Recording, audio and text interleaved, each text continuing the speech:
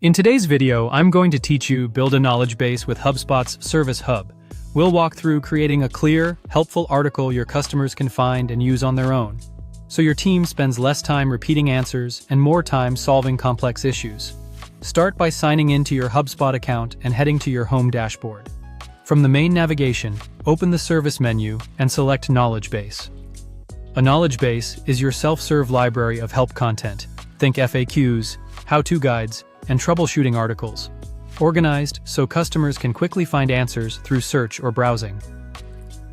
Next, click Create Article to start a fresh help document. You'll land in the editor, where you can adjust the page layout and modules. Modules are the building blocks of your article: title, body content, images, and related resources.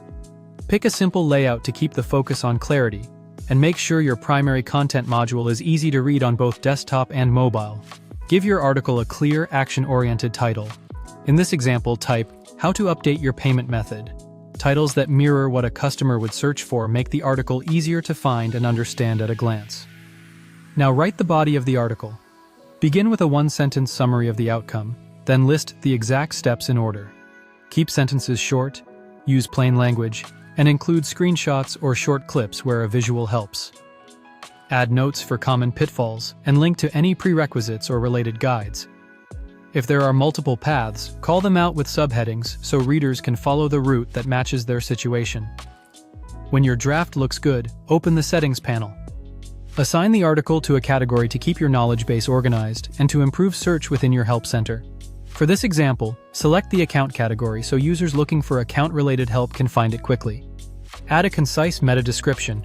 Aim for 1 to 2 short sentences that summarize the solution and include the keywords a customer would likely use. This helps both your knowledge base search and external search engines surface the right result. Finally, review the preview to check formatting, links, and images, then click Publish. After publishing, plan to revisit this article periodically to keep it current as your product changes.